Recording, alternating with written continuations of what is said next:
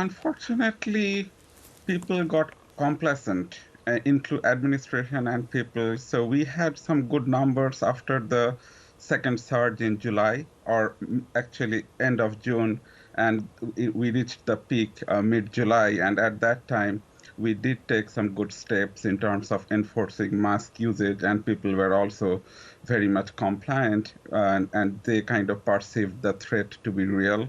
The hospital system was reaching maximum capacity, and in some parts of Texas, it was already above maximum capacity.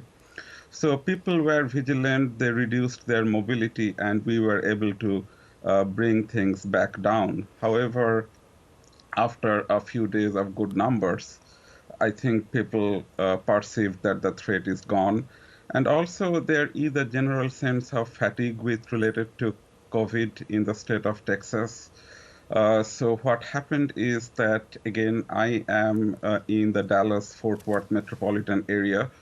So one thing that I have noticed is that uh, mask compliance is still reasonably well in indoor facilities like retail locations and other places, but it has gone down significantly in the outdoor location. And another source of super spreading events is indoor social gatherings. These are not large gatherings, but friends and family members are getting together indoor, and that is having a really strong effect in the spread of the COVID. And unfortunately, one of the problem and challenges that we face is that the numbers that we see today, it actually reflects the reality from about a couple of weeks ago, right? So what you're saying is So, it could get higher quite significantly.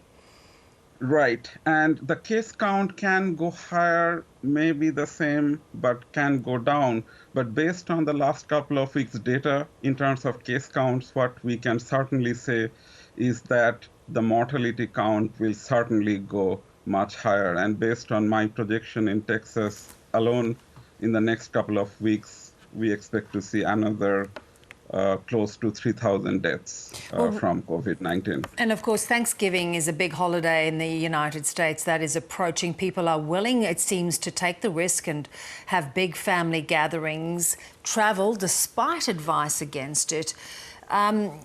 Is it the fact that there is no sort of solid, clear guidelines for people to adhere to?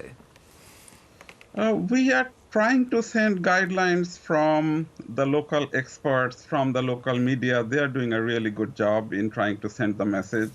And I am a little bit hopeful that maybe the people will now be compliant, because I think people now perceive the threat. And what we saw before this Thanksgiving holidays, during the 4th of July weekend, which is a big Independence Day celebration in US, and that was the time when we were experiencing the second surge in Texas. And we tried to send this message very well, that please don't travel, stay at home as much as possible. And thankfully, people did listen. And so we have data from that time when people did comply, and we didn't see another surge uh, that came from the 4th of July weekend. So we don't know what's going to happen in the Thanksgiving weekend. So we are discouraging people from attending Thanksgiving gatherings. The other recommendation that we are making, that if you have to participate, if you cannot skip it, by no means, at a minimum, get tested Yeah. before you attend these social gatherings.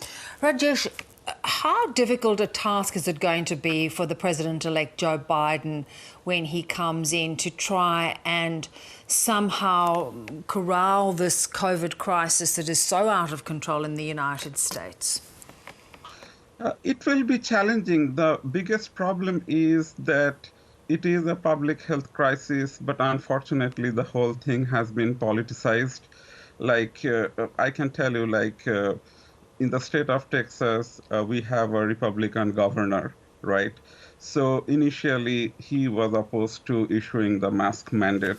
But however, I commend him for changing his mind with new data. So he actually did issue a mask mandate, but he faced a lot of opposition from his own party when he did that. And there were members of his party who actually uh, did some kind of censoring measure against the governor.